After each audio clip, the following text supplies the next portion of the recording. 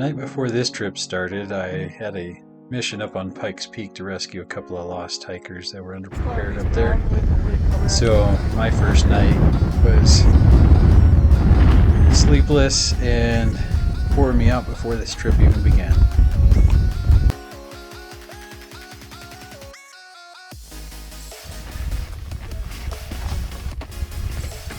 It was a successful mission though, so that was a good thing.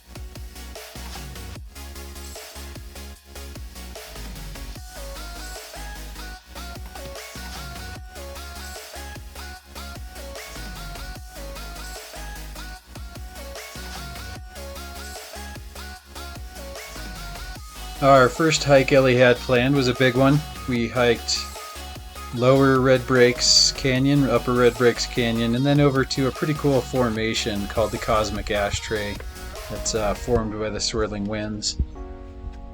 It was a total of about a 15 to 16 mile day. Most our distance estimates on the trip are not great because the GPS doesn't do well down in the slot canyons. The Lower Red Breaks is a pretty fun canyon, not too difficult to do. Several little chalk stones you had to climb over and some you had to get through, but not too bad. Upper Red Breaks Canyon, however, was significantly tighter, some difficult challenges to overcome, and kind of a difficult day for the first 5 miles. And then through Red Breaks we did some wandering to get our way over to the Cosmic Ashtray. Okay.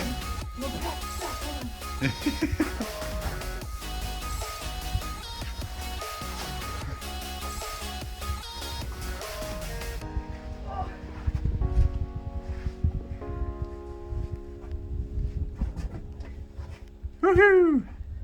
Woo!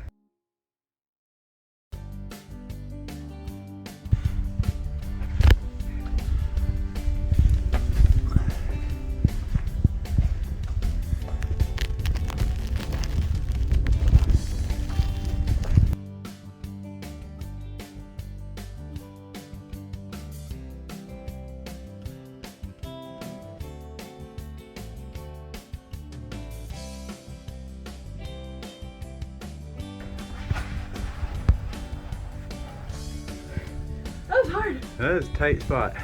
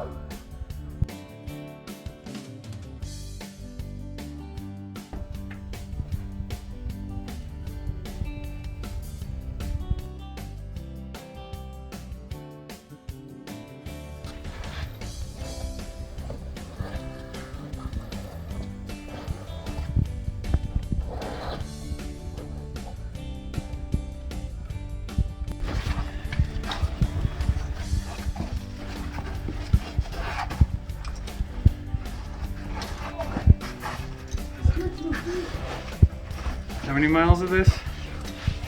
Hopefully not. It's fine. Woo.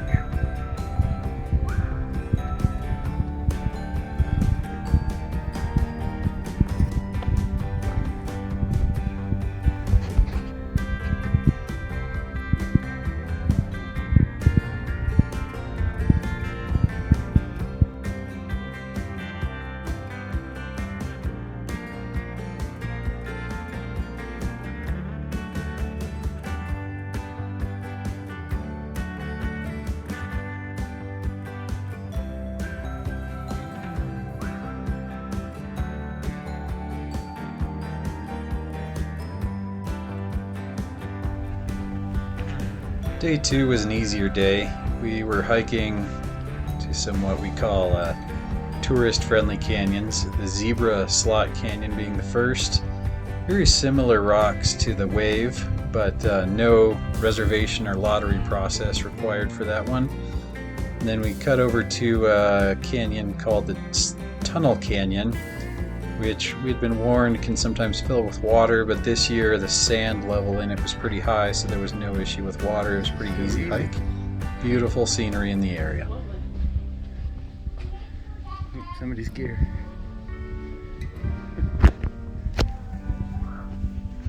This wasn't the one where you thought we were supposed to leave packs, right? Oh yeah.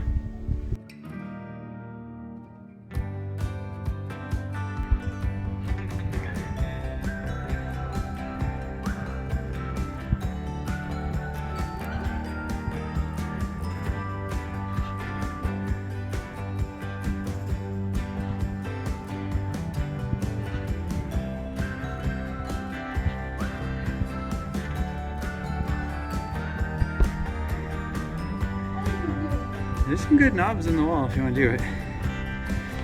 Yeah. Okay.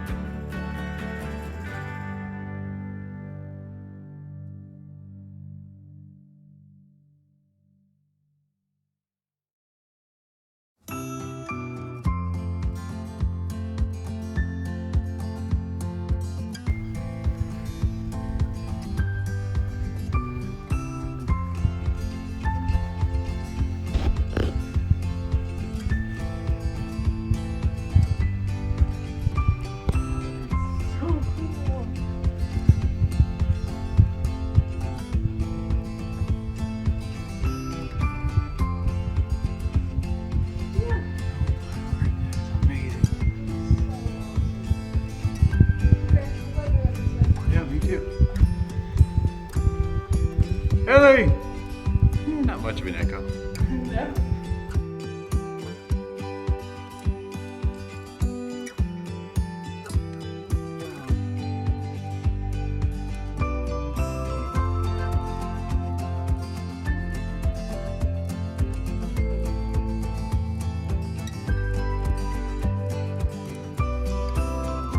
After hiking the 2 canyons, we went back up to our campground, and from there we could hike to Lower Calf Creek Falls. We had the great experience of being the only 2 people up there for that part of the hike. It was gorgeous. Ellie decided to ice her legs in the water. She's a little braver than I was. Very chilly experience, but it was amazing. Beautiful spot.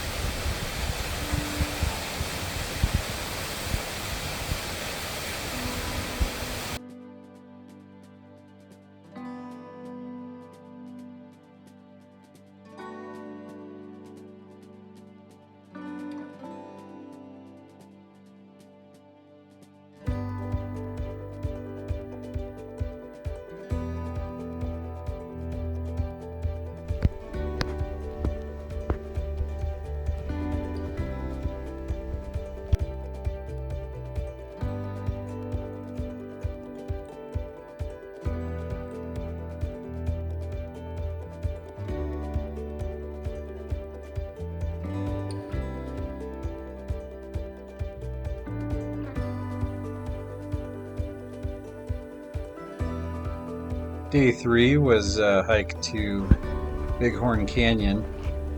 Ellie also found on the map a little side trip that we nicknamed Little Horn Canyon because we couldn't find a name for it. Starts out in the desert, pretty wide open, and then eventually you do find the slot canyons. Trails in Utah are pretty tough to follow. They are not well traveled. They get washed away, overgrown at times, or I don't know, just kind of spread out, and people take lots of different directions. So this was pretty consistent with a lot of those. Just every once in a while we'd find something that definitely was a trail, and every once in a while we'd just be making it up as we went. Slot canyons out here were gorgeous, and the variation in the rock, the color was just amazing.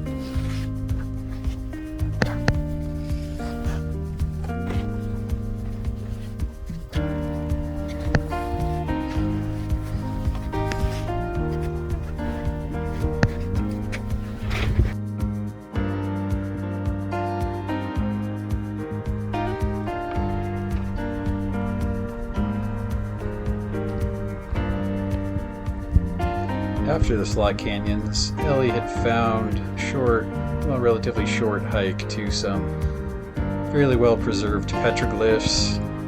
I don't want to go into too much detail about where they are, don't want to give it away. I think that's part of what's helping preserve them, is they are very difficult to find. And the trail in is a little rough, but very cool to see some of the artwork that has been out there for hundreds of years. This was called Weaver's Cave. I believe these petroglyphs are patterns used for the weavers. And the trail was hard enough, we actually kind of got lost on our way back for a little while, but we were able to get our bearings straightened out after a little bit.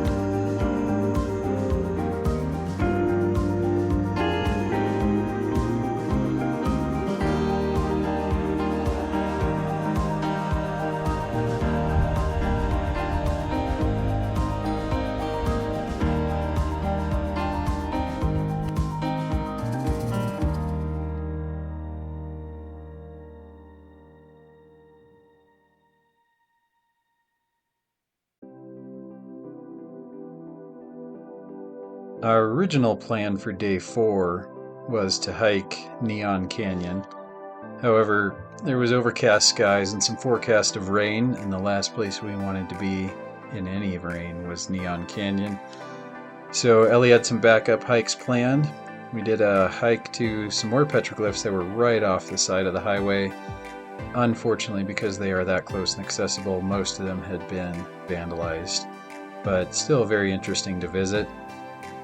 After that, we went over to another hike up to a arch, Phipps Arch, which was a pretty flat hike until the last 700-800 feet of gain, and then the trail kind of disappears into the rocks, and you have to figure your way out, and it's pretty aggressive at the last little bit. Some steep climbing, literally hands and feet for the last part, but takes you up to a gorgeous arch on top of the rocks with some amazing views.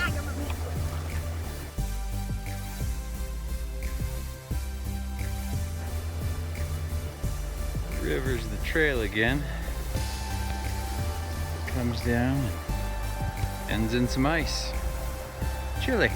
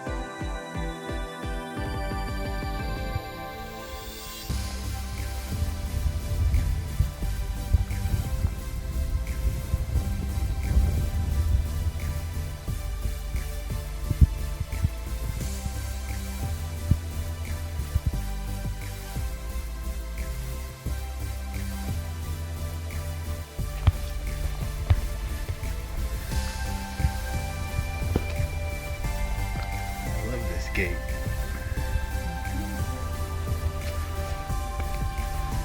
Through the trees.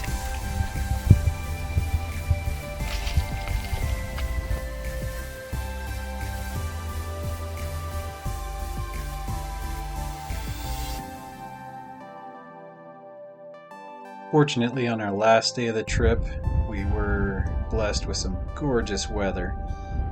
Perfect forecast, no rain. And so we headed out for Neon Canyon. There had been a photo Ellie had found online that had pretty much inspired this trip. It's the last rappel out of Neon Canyon. Well, this trip starts with about a 3-mile hike down to the Escalante River, where you get to the bottom of Neon Canyon. Then you begin a hike up for almost 2 miles to the entrance point of Neon Canyon, where you have a 68-foot rappel in. This is Ellie doing her first rappel in a while, entering into the canyon. And from there we had many challenges, and it took us over 4 hours to do less than a mile back down to the last rappel as we entered this canyon. There were a lot of challenges, a lot of water pools we had to go swimming in and work our way across. Probably did nearly a dozen small rappels along the way just to stay safe inside this canyon. I'd say 3 total that were absolutely required. The rest, probably more experienced canyoneers, would have just climbed right on down. But we had a wonderful time. This was definitely a new experience for us doing this technical of a canyon. Just legs wide. And the final rappel was phenomenal. Whoa! Oh, an overhang, huh? Fun.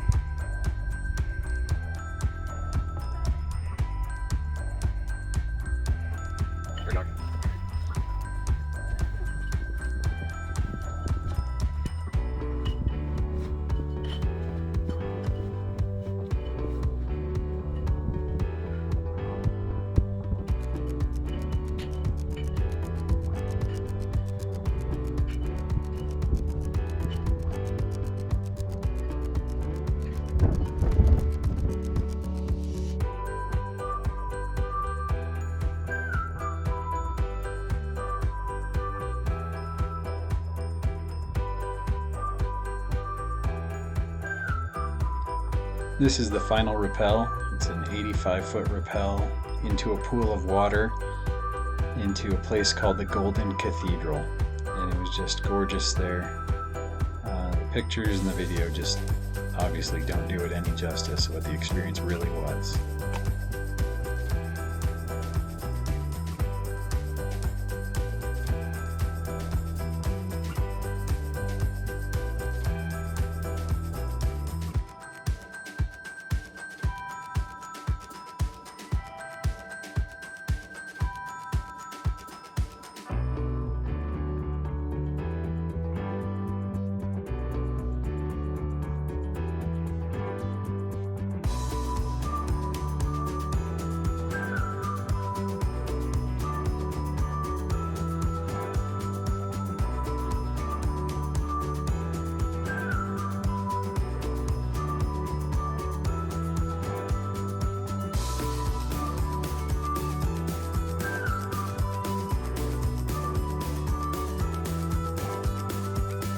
One side of the canyon we had a 3-mile hike with 1,000 feet of vertical gain to do to get back to the car.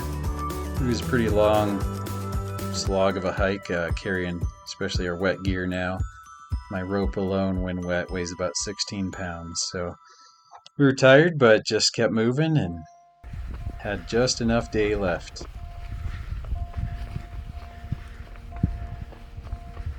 I think we're about done with our sunlight.